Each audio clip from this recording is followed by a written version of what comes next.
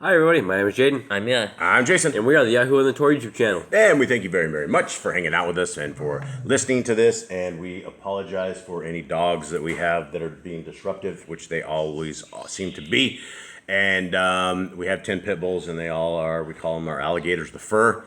And they live with us, and they hang with us. They are not caged. They are not chained. They are that.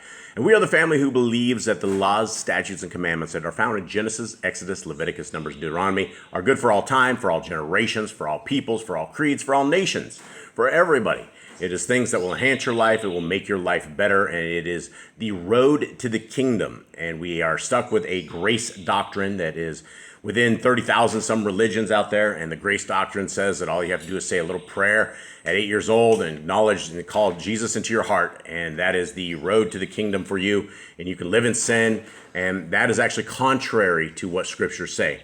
Scriptures say it is a road of obedience, and we need to obey our Creator, and there's nothing wrong with obeying our Creator. At the YHWHandtheTorah.net website, we have the lists of the laws, statutes, and commandments. They're listed out. They are very easy to keep. They will enhance everything about your life. Gentlemen, you're all sick. How you doing? Good. You alive? Yep. We're just down one, and maybe he'll be out at some point, but maybe not. All right, so let's get into the book of Aḍam and Ḥawwah, and we are in chapter 13 right here. And just a second here, I'm trying to Panther. Knock it off. 1 second, folks. All right, and we are back. My dog Panther was a bad dog. Let's go. Let's continue on. Here we go. In those days lived Lamech the blind, who was of the sons of Qayin. He had a son whose name was Aṭan, or Aten. Atun, that's Spanish for tuna. Tuna? Tuna. He's tuna. And they too had much cattle.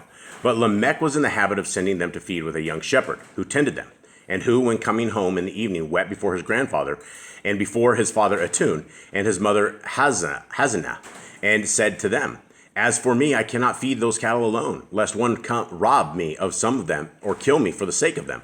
For among the children of Qayin there was much robbery, murder, and sin." Then Lamech pitied him, and he said, "Truly, he when alone might be overpowered by the men of this place." So Lamech rose, took a bow he had kept ever since he was a youth, ere he became blind, and he took large arrows and smooth stones and a sling which he had, and went into the field with the young shepherd, and placed himself behind the cattle.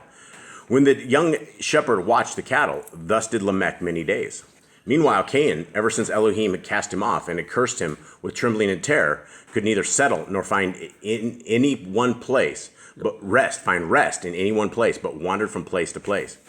In his wanderings, he came to Lamech's wives and asked them about him. They said to him, "He is in the field with the cattle." Then Qayin went to look for him as he came into the field. The young shepherd heard the noise he made, and the cattle herding together from before him. Then he said to Lamech, "Oh, my lord, is that a wild beast or a robber?" And Lamech said to him, "Make me understand which way he looks when he comes up." Then Lamech bent his bow, placed an arrow on it, and fitted a stone in the sling.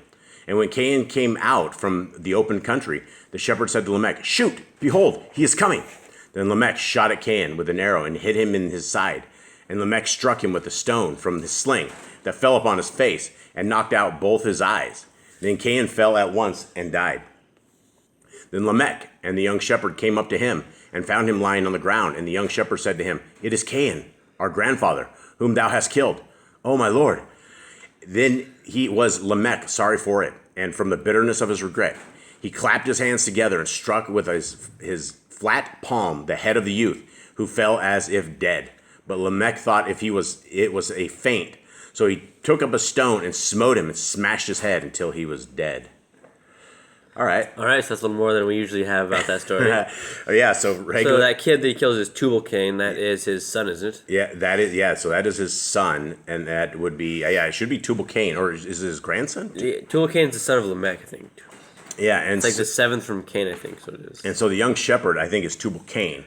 And so that is the story of Qayin dying. Yeah, well, usually we should talk about him clapping. This time he actually kept hitting him until he died. Crushed a rock over his skull. He thought he was just faking being dead. Yeah, so the old timer, the blind old timer, very, very frustrating, especially when you go blind. It's something that nobody should ever experience, and it is one of these blessings and greatness that our Creator has given us, is vision, as well as hearing, as well as speech, as well as everything else that we have. And when you lose it, you're going to be very, very frustrated. And all of a sudden, he just killed Qayin, right? And so Qayin would have been, Tubal Cain would have been the great grandson of Qayin. Is that what that was? Yeah, I think in the genealogy it is seventh from Cain. Seventh from Cain. Oh, right. Because he was able to live 7 generations as far as that goes. Okay, so anyway, that is it, everybody. We love you guys very, very much. We hope that you guys have a wonderful, wonderful day, and we will call it a day. All right, Shalom.